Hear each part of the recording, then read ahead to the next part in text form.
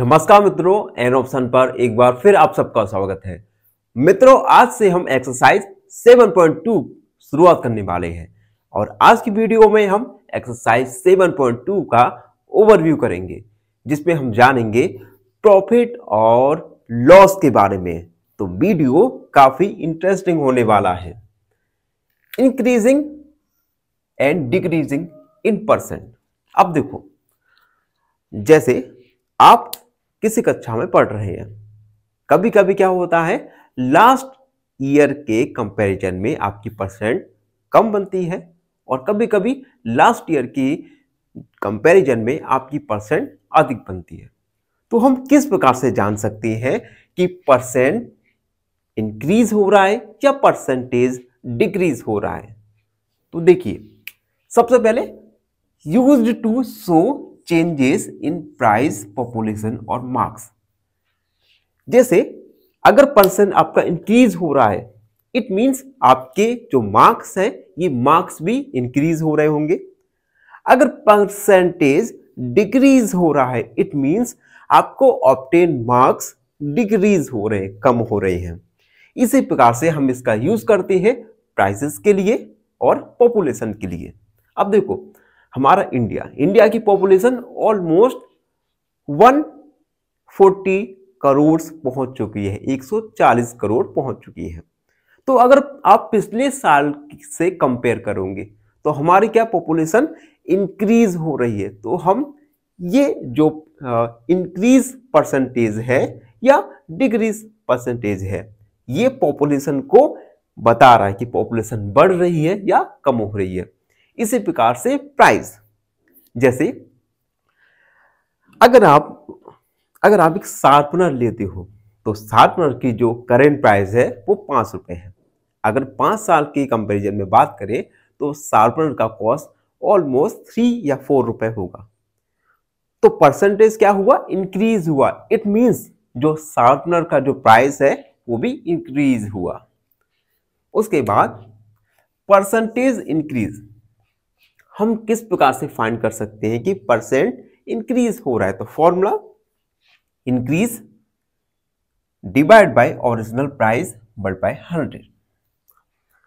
अब इसे आप एक एग्जांपल के द्वारा समझते हैं। देखो, मान लो कि एक शार्पनर है, शार्पनर का करेंट प्राइस है आपका 5 रुपए, ठीक है। 5 रुपए करेंट प्राइस है, पिछले साल 4 रुपए का मिलता था। तो कितने रुपए इंक्रीज हुए? तो 1 यहां पे लिख देंगे।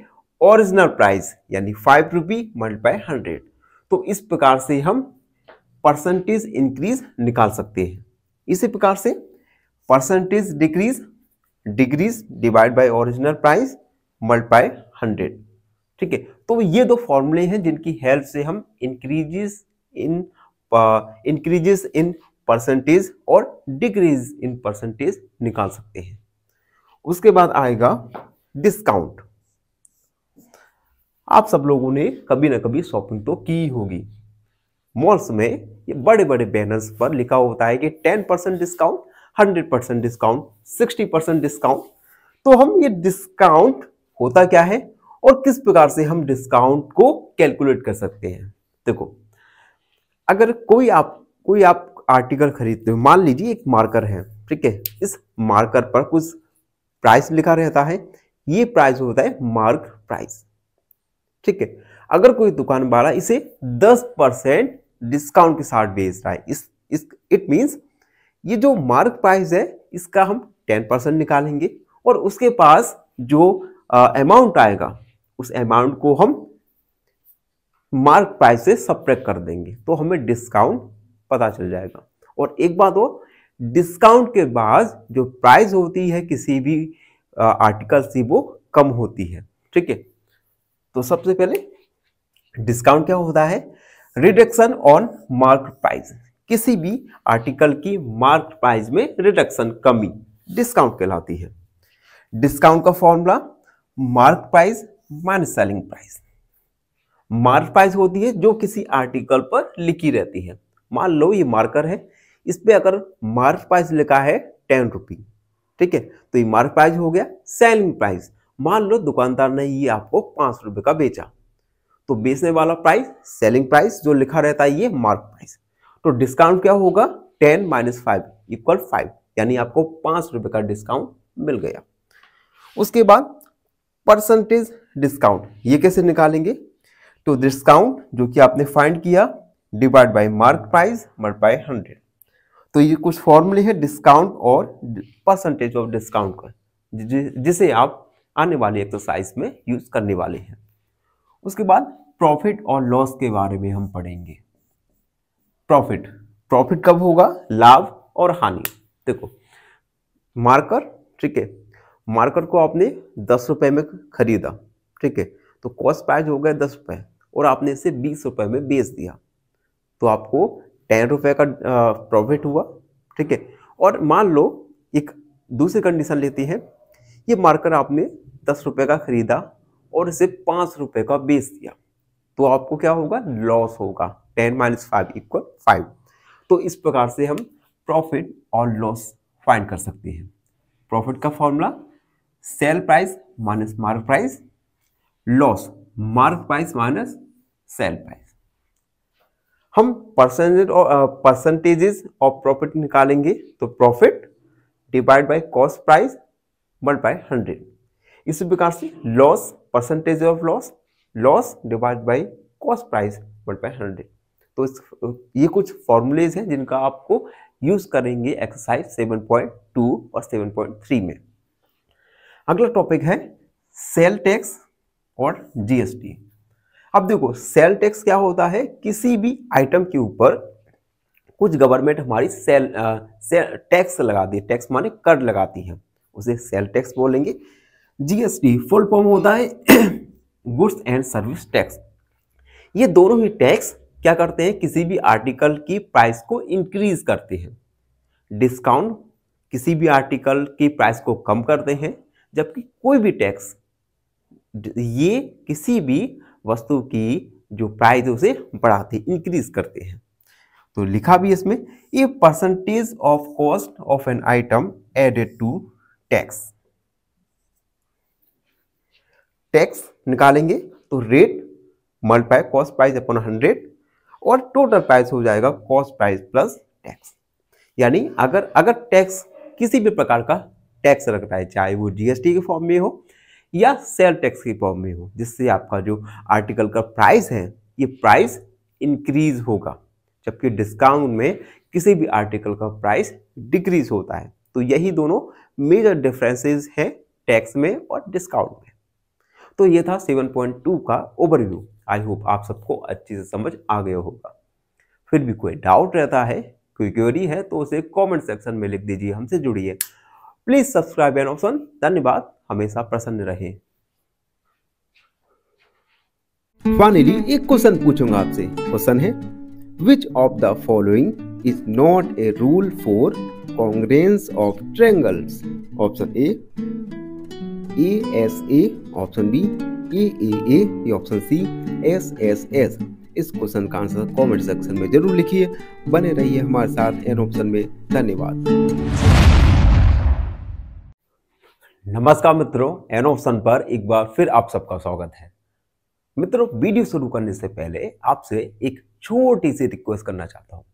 आप लोग हमारे चैनल को अपना प्यार बहुत दे रहे हैं, लेकिन कुछ मित्र जो हमारे चैनल पर नए हैं, हमारे चैनल को सब्सक्राइब नहीं कर रहे हैं, तो प्लीज़ हमारे चैनल को सब्सक्राइब कीजिए, शेयर कीजिए और साथ ही साथ हमें इंस्टाग्राम, फेसबुक पर जरूर कीजिए, जिससे हम अपनी वीडियो क्वालिटी में इम्प्रूवमेंट ला सके और आपको अच्छे से अच्छी क्वालिटी में वीडियोस प्रोवाइड हो सके। अब आते हैं आज की वीडियो पर। आज हम एक्सरसाइज 7.2 का क्वेश्चन नंबर फर्स्ट को सॉल्व करेंगे।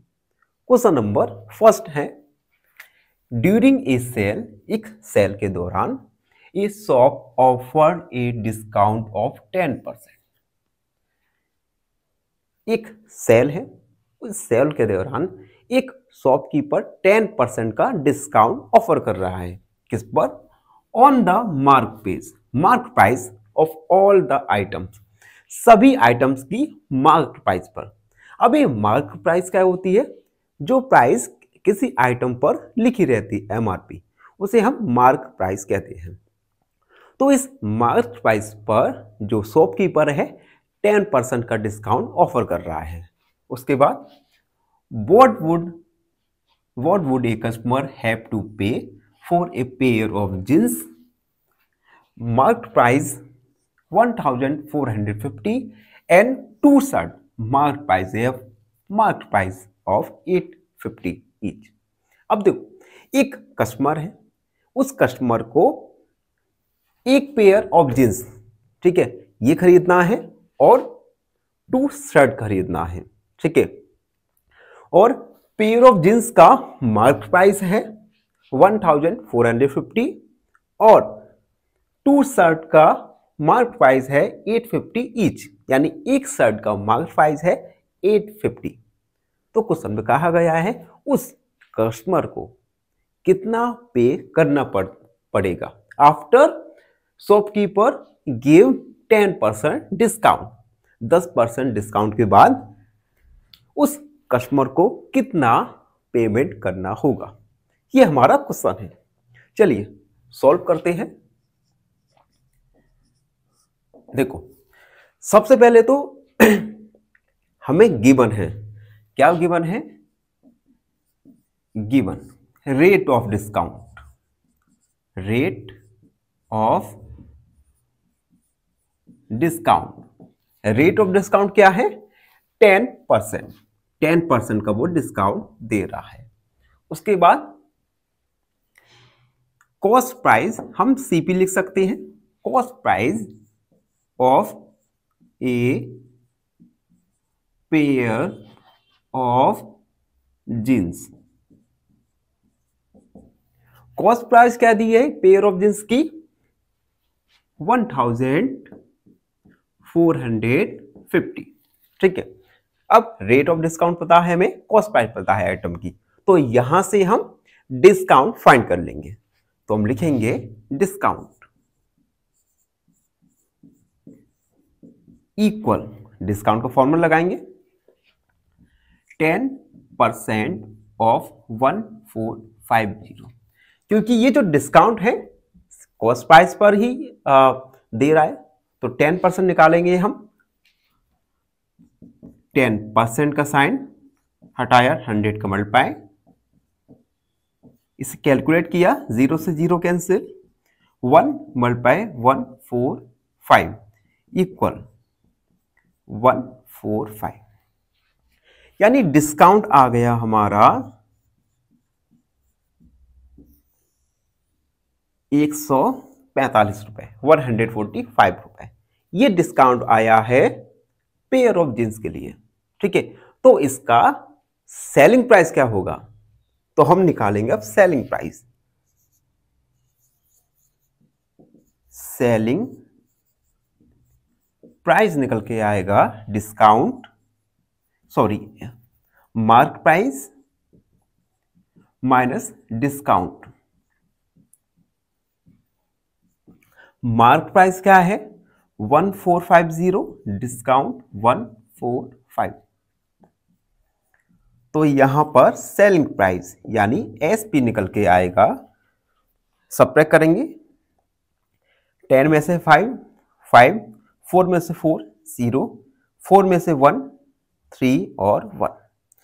ये सेलिंग प्राइस आ गया हमारा पेयर ऑफ जींस के लिए, सेलिंग प्राइस हो गया, ठीक है। अब हम सेम निकालेंगे किसके लिए? शर्ट के लिए। ये हमारा क्लियर हो चुका है, ठीक है। चलिए अब cost price of 1 shirt, 1 shirt का कॉस्ट प्राइस दिया गया है 850। अब यहां पर एक बार आप ध्यान रखना कि जो हमें पेयर ऑफ जींस के लिए, मतलब पेयर में दो जींस आएंगे, उसके लिए हमें 1450 कॉस्ट प्राइस दिया गया है, लेकिन अब यहां पर लिखा है 2 शर्ट मार्क प्राइस, 2 शर्ट की मार्क प्राइस 850 ईच, यानी हर शर्ट की मार्क प्राइस होगी 850। तो मार्क प्राइस को हम कॉस्ट प्राइस भी कह सकते हैं, ठीक है। Cost price of 1 shirt is 850 rupees, तो टू शर्ट के लिए निकालेंगे cost price, two shirt 850 multiply 2, तो ये हो जाएगा 1700। ये कॉस्ट प्राइस आएगा टू शर्ट का। अब हम डिस्काउंट निकालेंगे। Discount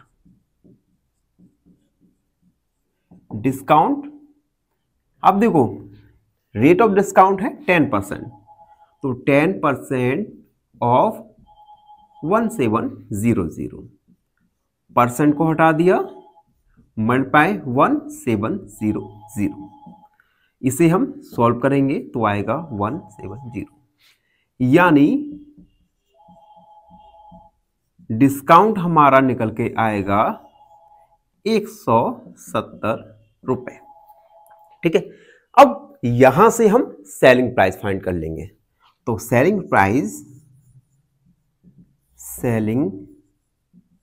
price of two shirt, selling price of two shirt. अब देखो मार्क प्राइस में से हम डिस्काउंट को सबट्रैक्ट कर देंगे, यानी mark price minus discount. Mark price है 1700 माइनस 170, तो ये आ जाएगा 0, 10 में से 7, 3, 6 में से 1, 5 एंड 1। तो ये सेलिंग प्राइस आ गया टू शर्ट के लिए। Selling price pair of jeans के लिए आ गया और सेलिंग प्राइस टू शर्ट के लिए आ गया। हेंस कस्टमर हैड टू पे, कस्टमर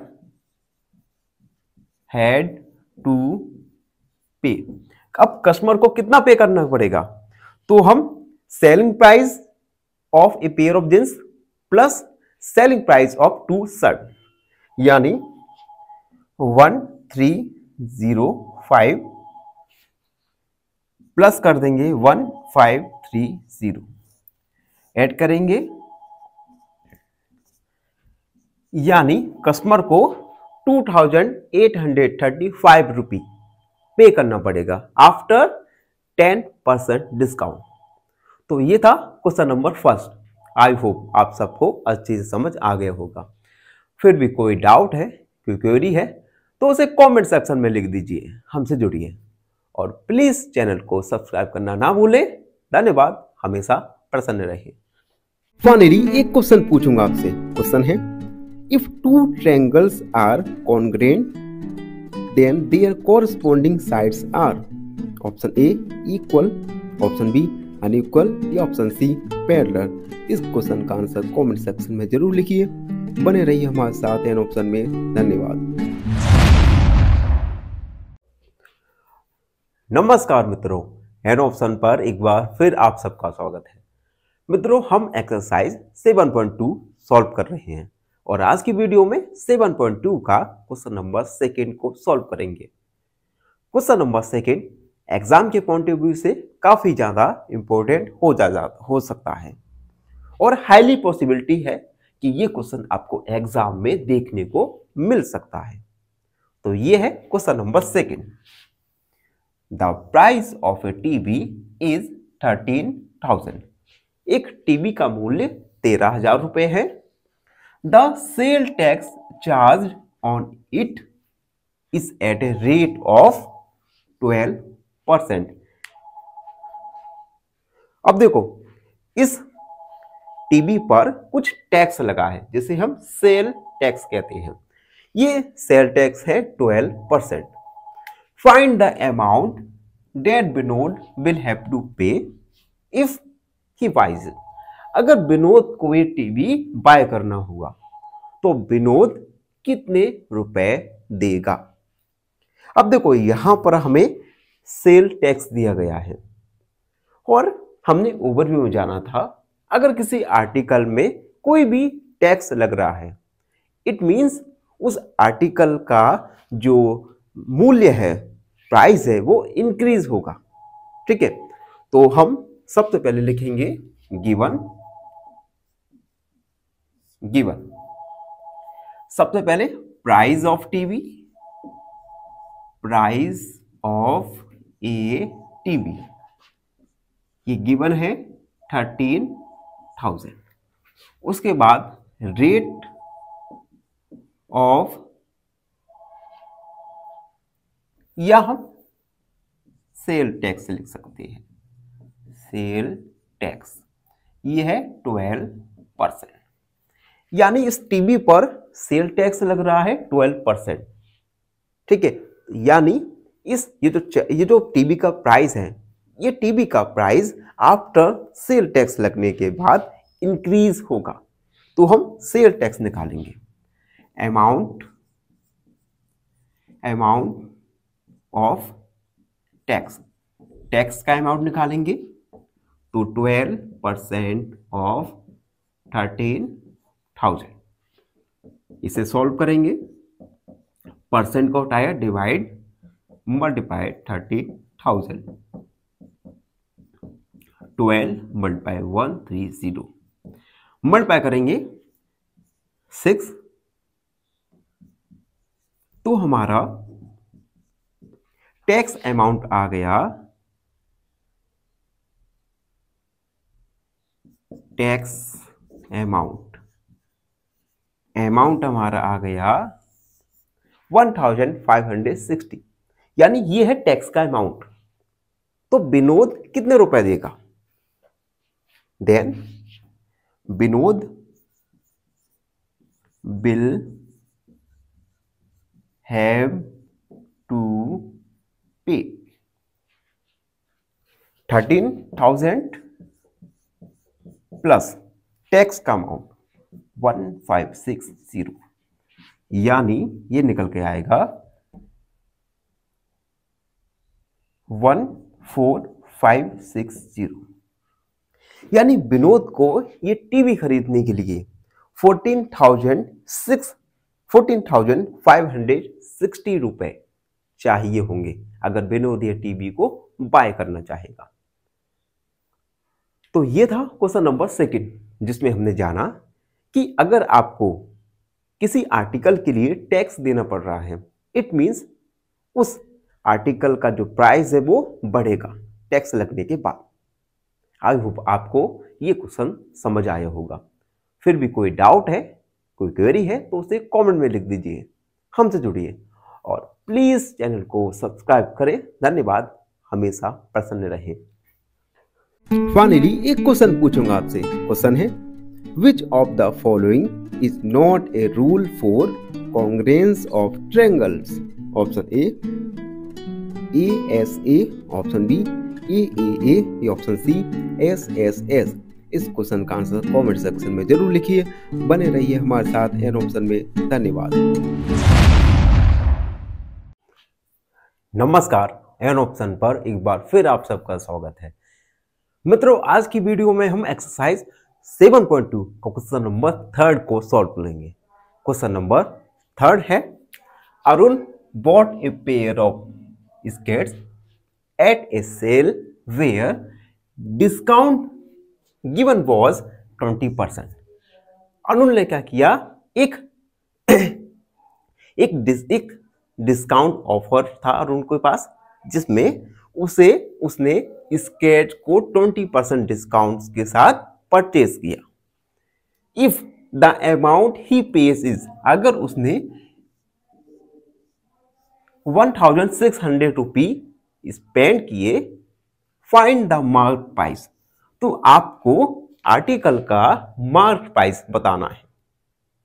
ठीक है, एक बार और समझाता हूं। अरुण ने एक आइटम परचेज किया 20% डिस्काउंट के साथ।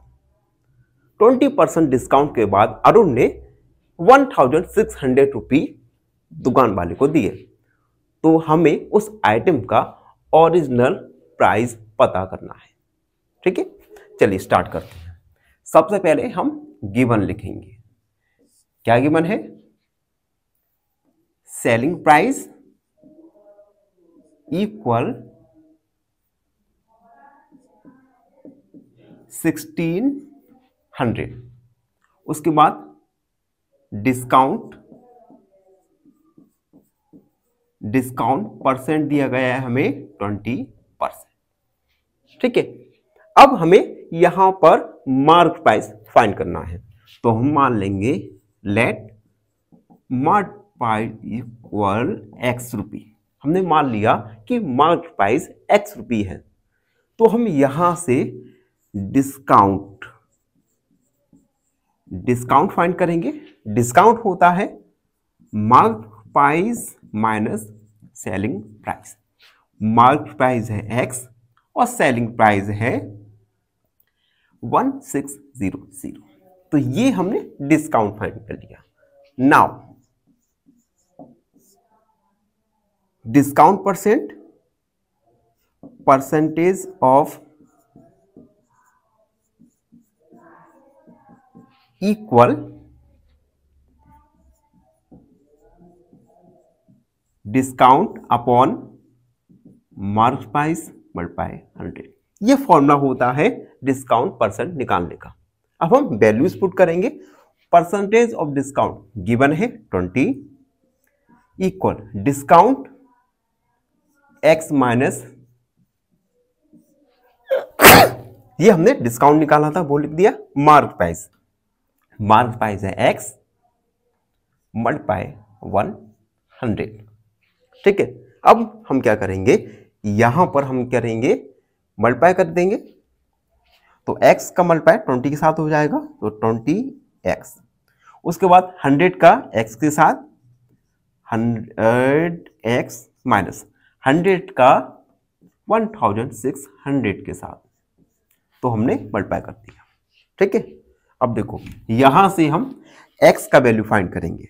20x माइनस 100x इक्वल, ये माइनस का था, सॉरी प्लस का था 100x, तो ये पॉजिटिव हो गया, माइनस 160000। सब्ट्रैक्ट करेंगे तो माइनस 80x इक्वल 16000। माइनस से माइनस कैंसल, x का वैल्यू 16000 अपॉन 80, 8 का डिवाइड, 8 2 जा 16, 000। x का वैल्यू आया 2000। It means hence original price, या हम लिख सकते हैं मार्क प्राइस इक्वल आएगा 2000। तो ओरिजिनल प्राइस या मार्क प्राइस था 2000। ये था क्वेश्चन नंबर 3। आई होप आप सबको अच्छे से समझ आ गया होगा। फिर भी कोई डाउट रहता है, कोई क्वेरी है, तो उसे कमेंट सेक्शन में लिख दीजिए, हमसे जुड़िए और प्लीज प्लीज प्लीज चैनल को सब्सक्राइब कीजिए। धन्यवाद। फाइनली एक क्वेश्चन पूछूंगा आपसे। क्वेश्चन है, in the side criterion how many sides of one triangle are equal to corresponding sides of another triangle? Option A 2, option B 1 या ऑप्शन सी 3। इस question का आंसर कमेंट सेक्शन में जरूर लिखिए। बने रहिए हमारे साथ एन ऑप्शन में। धन्यवाद। नमस्कार, एन ऑप्शन पर एक बार फिर आप सबका स्वागत है। मित्रों, आज हम एक्सरसाइज 7.2 का क्वेश्चन नंबर 4 को सॉल्व करने वाले हैं। क्वेश्चन नंबर 4 है, I purchased a hair dryer for 5400 including 8% VAT. Find the price before VAT was added. यहां पर एक वर्ड आ रहा है VAT, यानी वैल्यू एडेड टैक्स।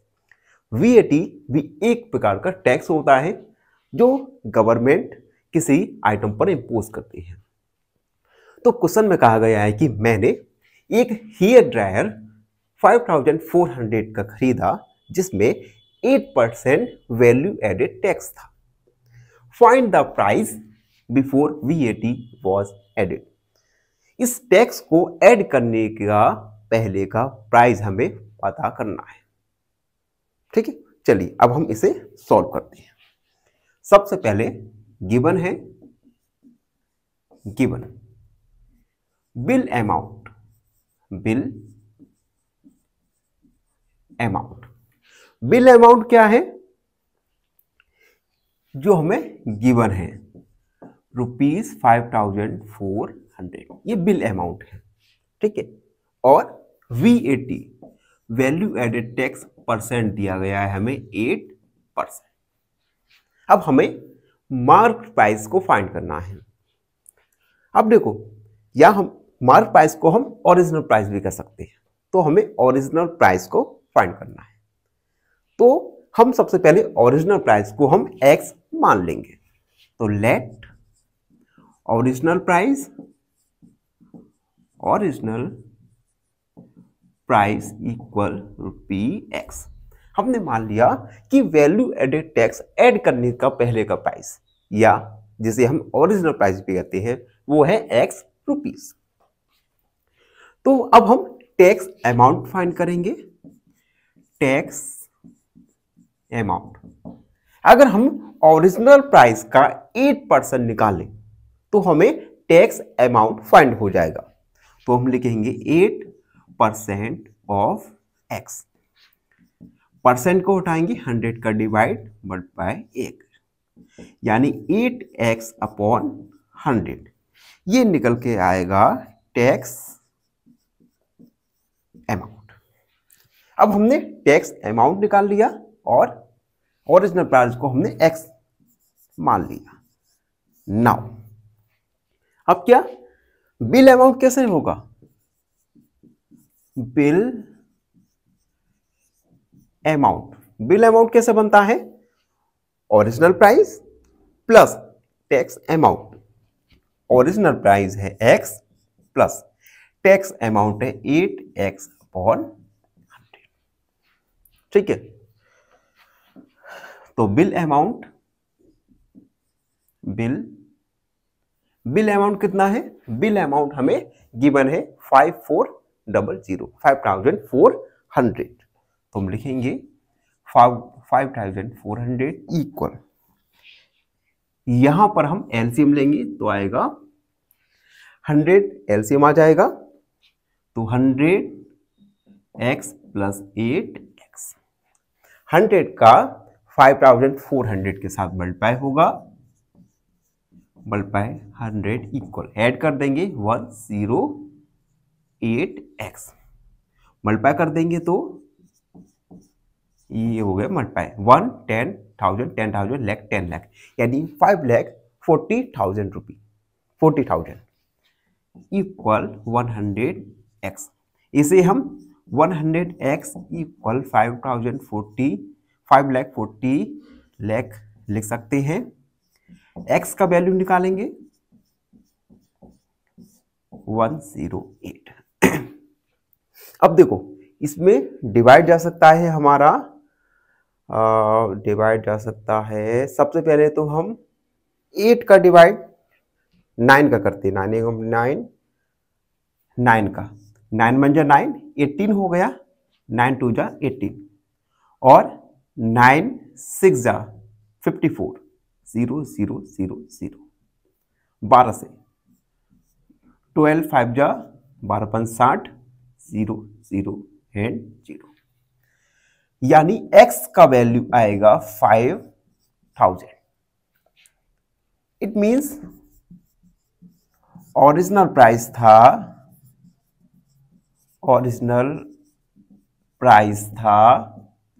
5,000 रुपीज, यानी वैल्यू एडेड टैक्स इंक्लूड करने से पहले का चार्ज यानी ओरिजिनल प्राइस है 5,000। तो ये था क्वेश्चन नंबर 5। आई होप आप सबको अच्छे से समझ आ गया होगा। फिर भी कोई डाउट है, कोई क्वेरी है तो उसे कमेंट में लिख दीजिए, हमसे जुड़िए और प्लीज सब्सक्राइब करो यार। धन्यवाद, हमेशा प्रसन्न रहो। फाइनली एक क्वेश्चन पूछूंगा आपसे। क्वेश्चन है, which of the following is criterion for congruence of triangles? Option A angle angle angle, option B side angle side, या option C side side side. इस क्वेश्चन का आंसर कमेंट सेक्शन में जरूर लिखिए। बने रहिए हमारे साथ एन ऑप्शन में। धन्यवाद। नमस्कार मित्रों, एन ऑप्शन पर एक बार फिर आप सबका स्वागत है। मित्रों, हम एक्सरसाइज 7.2 का क्वेश्चन नंबर 5 को सॉल्व करेंगे। Question number 5 almost question number 4 जैसा ही है। तो अगर आपने क्वेश्चन नंबर 4 को अच्छे से समझा होगा तो आप ये क्वेश्चन इजीली सॉल्व कर सकते हैं। क्वेश्चन नंबर 5 है, an article was purchased for 1239 including GST of 18%. Find the price of article before GST was added. एक आइटम है, ठीक है, एक आइटम को आपने परचेज किया कितने रुपए में? 1239 रुपए में, और इसमें आपने 18% GST goods and service tax दिया। GST भी एक प्रकार का टैक्स होता है, कर होता है, जो कि हमारी सेंट्रल गवर्नमेंट और स्टेट गवर्नमेंट किसी भी आर्टिकल्स पर, सामान पर इंपोज करती है, लगाती है। मान लीजिए कि आपने एक मार्कर खरीदा, इस मार्कर पर भी एक तो सेंट्रल GST लगा होगा और एक स्टेट GST लगा होगा। तो हमने क्या किया था, एक आर्टिकल को परचेज किया 1239 का, जिसमें मैंने 18% GST पेड किया। तो हमें बताना है कि GST ऐड होने से पहले इस आइटम का ओरिजिनल प्राइस क्या रहा होगा। सॉल्व करते हैं। सबसे पहले गिवन में हम लिखेंगे बिल अमाउंट। बिल अमाउंट है 1239। GST goods and service tax ये है 18%। तो हम क्या करेंगे, ओरिजिनल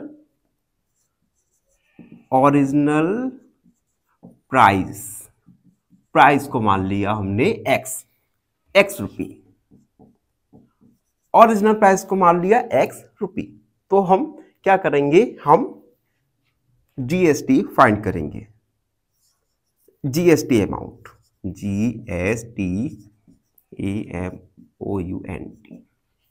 GST अमाउंट कैसे फाइंड करेंगे? अगर हम ओरिजिनल प्राइस का 18% निकाल लेते हैं तो हमें GST अमाउंट पता चल जाएगा।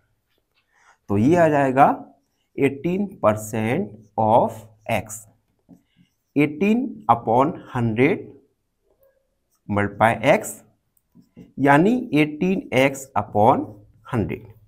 ये हुआ हमारा GST अमाउंट, ठीक है। नाउ बिल अमाउंट क्या निकलेगा?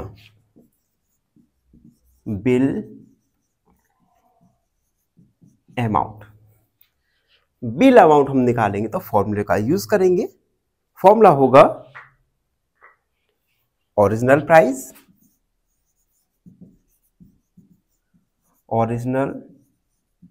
Price plus GST।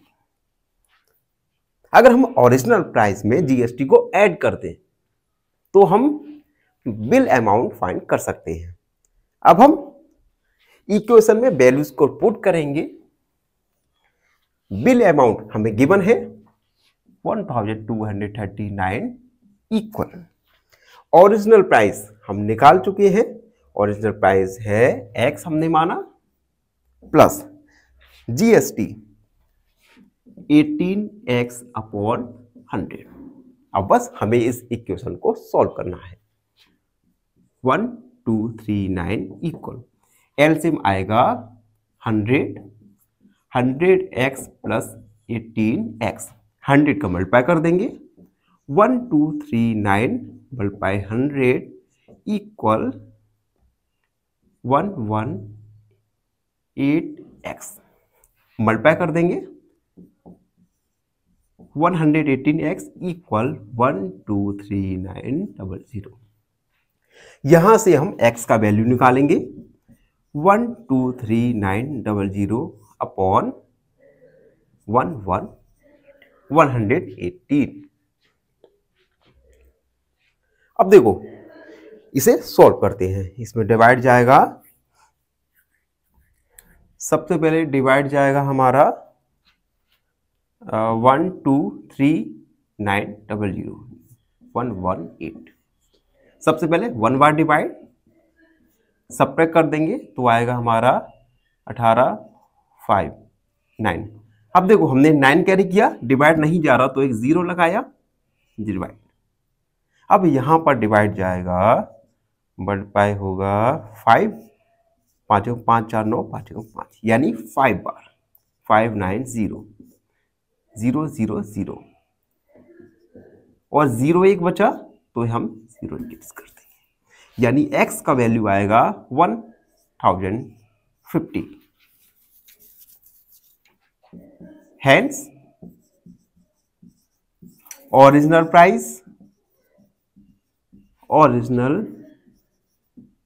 price equal ₹1050।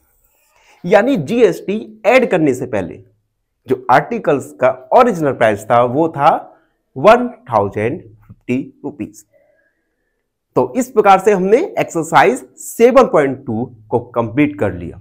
I hope आप सबको अच्छी से समझ आ गया होगा।